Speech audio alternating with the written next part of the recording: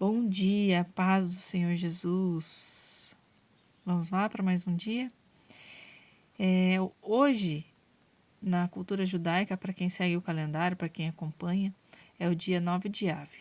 E esse dia é considerado um dia muito triste para eles. E para nós também que conhecemos a cultura, que amamos a palavra, é importante saber dessas coisas. Esse dia 9 de Ave, ele foi o dia que as duas vezes que o templo foi destruído nesse dia. 586 a.C., pelo Império Babilônico, depois o povo foi levado cativo, e depois no ano 70 depois de Cristo pelo imperador Tito. Depois ele se tornou imperador romano. Então, é um dia de aflição para o povo judeu e um dia sempre de aviso, porque sempre tem uma tendência a acontecer coisas ruins nesse dia, nesse período. Mas eu trouxe isso mais para informação. Vamos orar? Senhor Deus e Pai, em nome do Senhor Jesus, que nós possamos nos achegar diante da Tua presença, querer buscar a Sua face, a Sua graça, o Seu amor, cada dia mais que nós possamos chegar mais perto de Ti, Te amar, Te querer, Senhor, buscar em palavras e orações, que o Senhor possa nos conduzir na Tua palavra nesta manhã. Pedimos a presença do doce Espírito Santo, que nos ajude, nos encaminhe, nos ensine, para a honra e glória do nome de Jesus. No capítulo anterior, nós vimos que Davi guerreia contra os amonitas, os filisteus e matou os descendentes dos gigantes. Davi é tentado por um censo e Deus fere 70.000 israelitas. Em Atos dos Apóstolos, Paulo vai a Corinto, conhece Áquila e Priscila, depois vão para a Macedônia. E lá Paulo perde a paciência. Depois de ouvir a voz do Senhor, que fala com ele, encorajando-o a seguir o seu caminho. Quase foi preso, mas Galho percebeu a invertida dos judeus. Depois vai para Éfeso. Hoje nós vamos continuar lendo 1 Crônicas 23 e 24. Preparação para adoração. Quando já estava idoso, Davi constituiu seu filho Salomão rei sobre Israel. Na ocasião, ele convocou todos os líderes de Israel, os sacerdotes, os levitas, e foram contratados 38.000 levitas de 30 anos para cima. Davi os distribuiu em grupos de trabalho. 24.000 ficaram encarregados de administrar os serviços no santuário. 6.000 foram designados oficiais e juízes. 4.000 foram nomeados guardas de segurança. 4.000 foram nomeados músicos para louvar o Senhor com instrumentos que Davi providenciou para essa finalidade. Depois, Davi dividiu os levitas em grupos nomeados de acordo com os nomes dos filhos de Levi: Gerson, Coate e Merari. Os gersonitas foram Ladã e Simei. Os filhos de Ladã, Jeiel, Getã e Joel. Os filhos de Simeu, Selomote, Aziel e Arã, todos chefes das famílias de Ladã. Os filhos de Simei, Jaate, Ziza, Zeus e Berias. Jaate era o primeiro, depois Ibas, Jeús e Berias. Não tiveram muitos filhos, por isso foram contados como uma só família e um só serviço.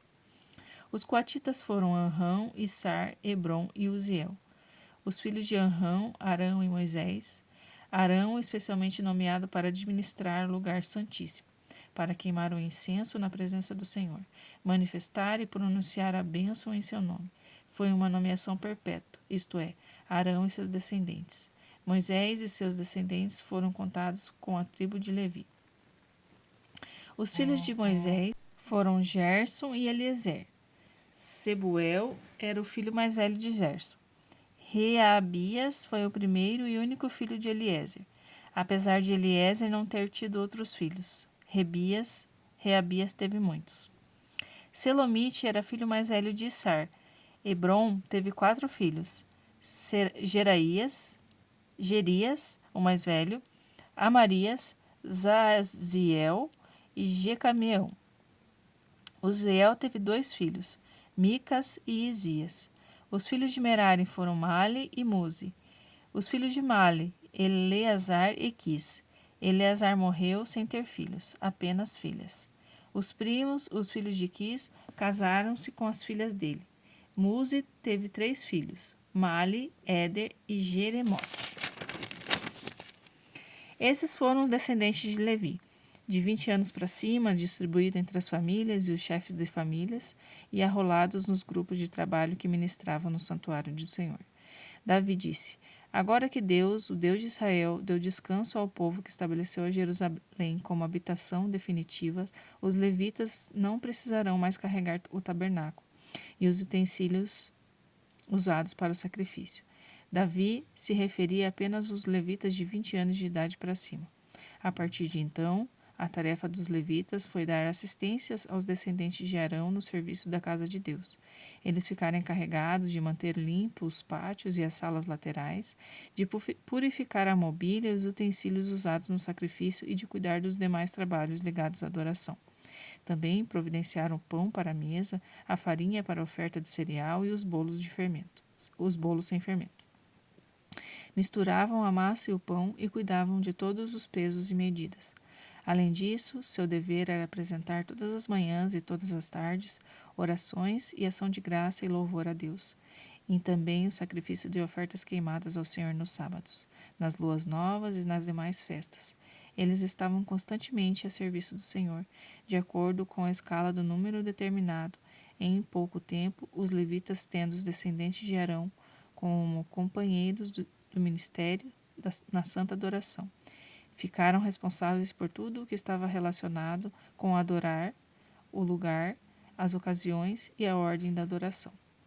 Os descendentes de Arão foram assim agrupados: os filhos de Arão, Nadab, Abiú e Eleazar e Itamar. Nadab e Eniú morreram antes de seu pai e não tiveram filhos. Eleazar e Itamar ocuparam a função de sacerdote. Davi nomeou Zadok, descendente de Eleazar, e Aimeleque, descendente de Itamar, para dividir os grupos conforme as tarefas. Havia mais líderes entre os descendentes de Eleazar que entre os de Itamar. Por isso foi feita uma divisão proporcional: 16 chefes de clã da descendência de Eleazar e 8 do clã da descendência de Itamar. Distribuíram os líderes por sorteio, de maneira imparcial, pois tanto entre os descendentes de Eleazar quanto os de Itamar haviam oficiais no santuário e líderes espirituais. O secretário Semaías, filho de Natanael, um levita, registrou todos os nomes perante o rei, todos os oficiais dos sacerdotes Zadok e Aimeleque, filho de Abiatar, e dos líderes das famílias dos sacerdotes dos levitas. Eles revezavam, uma vez era a família de Eleazar e a outra de Itamar. No primeiro sorteio saiu Joiaribe, segundo Gedaías, terceiro Ramaim, o quarto Seorim, o quinto Malquias, o sexto Miamim, o sétimo Acós, o oitavo Abias, o nono Jesua, o 10º Secanias, o 11º Eliasibe, o 12º Jaquim, o 13º Upá, o 14º Jezebeabe, o 15º Bilga, o 16º Imer, 17º Ezim, 18º Apises, 19º Petaías, 20º Zesquel, 21º Jaquim, 22º Gamu, 23º Delaías e o 24º Maasias. Eles serviam nessa ordem quando entravam no templo de Deus, de acordo com os procedimentos prescritos por seus antepassados Arão, conforme Deus, o Deus de Israel, tinha ordenado. O restante dos levitas foi distribuído assim: dos descendentes de Arão, Subael, os descendentes de Subael, Gedaías, de Reabias, Isias era o chefe dos seus filhos, Issar, Selomote, Jaate. Dos descendentes de Hebron, o primeiro foi Jeraías, o segundo Amarias, o terceiro Jaaziel e o quarto Jecamiel. Dos descendentes de Uziel, Mica; dos descendentes de Mica, Samir; dos descendentes de Isias, irmão de Mica, Zacarias. Dos descendentes de Merari, Mali e Muzi, os filhos de Jazias, Beno. Os descendentes de Merari, por meio de Jazias, Beno, Soão, Jacur e Ibri. De Mali, Eleazar não teve filhos. De Quis, Jeramel, filho de Quis. Dos filhos de Muzi, Mali, Éder e Jeramote. Essas eram as famílias dos levitas. Eles também lançaram sorte na presença do rei Davi, de Zadok e Aimeleque e dos líderes das famílias dos levitas e dos sacerdotes, como fizeram seus parentes, os descendentes de Arão. Os descendentes mais velhos e os descendentes mais novos foram tratados da mesma maneira. Atos dos Apóstolos 18 e 19. Depois de passar um tempo considerado com os cristãos de Antioquia, Paulo partiu outra vez, agora para a Galácia e a Frígia, refazendo a antiga rota, cidade após cidade, sempre encorajando os discípulos. Foi então que um homem chamado Apolo apareceu em Éfeso. Ele era judeu, nascido em Alexandria, no Egito. Orador, muito capaz, eloquente e um excelente pregador. Conhecia muito bem o caminho do Senhor e era cheio de entusiasmo. Seu ensino a respeito de Jesus era preciso até certo ponto, pois só conhecia o batismo de João. Priscila e Áquila o ouviram quando ele pregou com poder na sinagoga. Depois chamaram à parte e o deixaram a par do restante da história. Apolo decidiu seguir o caminho até a província de Acaia. Os amigos de Éfeso deram a sua bênção e escreveram uma carta de recomendação na qual pediam que fosse recebido de braços abertos. A boa recepção foi recompensada. Apolo revelou ser um grande auxílio para os convertidos pela imensa graça de Deus. Ele era muito bom no debate público com os judeus, pois apresentava as provas convincentes pelas Escrituras de que Jesus era de fato o Messias de Deus. Enquanto Apolo estava em Corinto, Paulo seguiu o caminho pelas montanhas e chegou a Éfeso, onde encontrou com alguns discípulos. Assim que ele chegou ali, perguntou a eles: Vocês receberam o Espírito Santo quando creram? Vocês acolheram de coração? Ele está mesmo em vocês? Nunca nem ouvimos falar de Espírito Santo dentro de nós. Como foi então que vocês foram batizados? Perguntou Paulo. No batismo de João, responderam. Paulo disse: Isso explica tudo.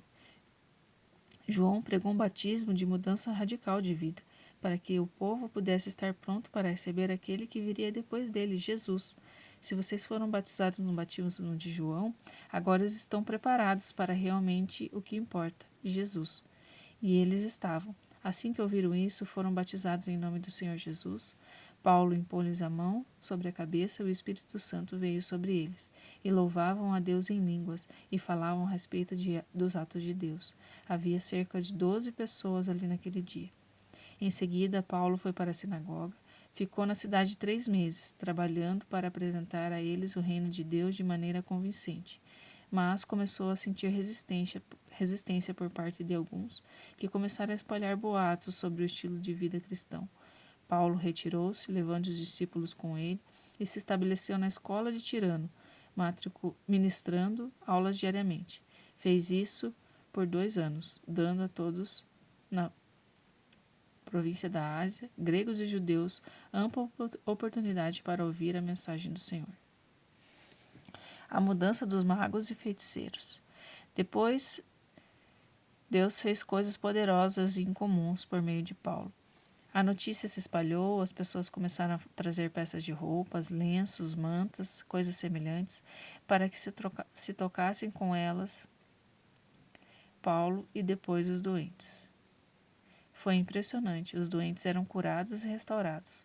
Alguns exorcistas judeus itinerantes estavam na cidade e tentaram fazer o que pensavam ser o jogo de Paulo. Mencionavam o nome do Senhor Jesus às vítimas de espíritos malignos, dizendo: Domino você pelo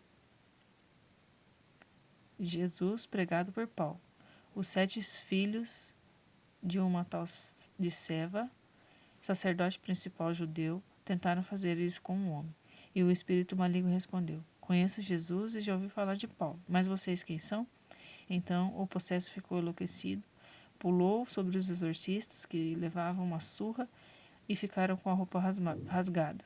Nus e sangrando, eles fugiram dali. Salmo 86, do 8 ao 10.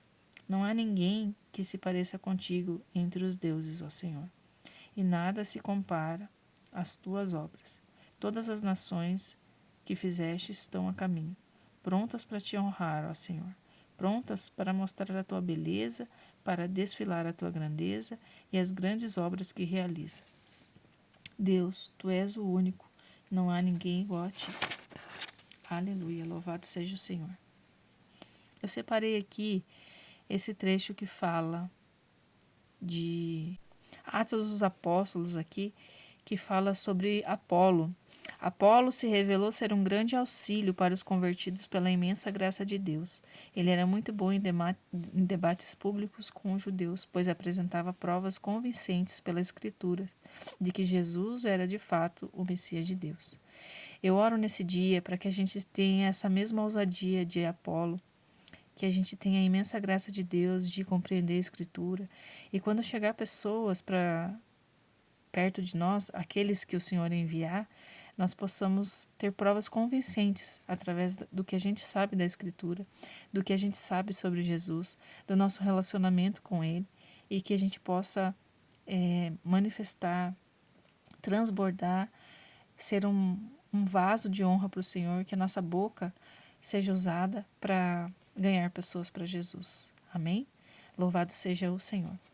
Pai, eu quero te agradecer por esta palavra, Pai. Que essa palavra seja uma semente nos nossos corações. Que nós possamos, Pai, ser vasos de honras nas tuas mãos. Que o Senhor envie pessoas para que a gente possa falar do que a gente sabe.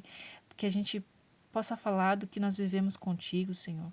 Em nome do Senhor Jesus, ativa esse povo, Senhor. Ativa teus filhos que gostam, que amam a sua palavra, que gostam de estar ouvindo, que gostam de aprender, Senhor.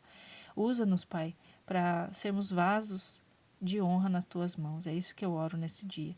Que nós possamos ser cheios do teu Espírito, cheios da tua graça, Pai, porque de nada nós temos a oferecer a não ser as coisas que o Senhor coloca em nosso coração.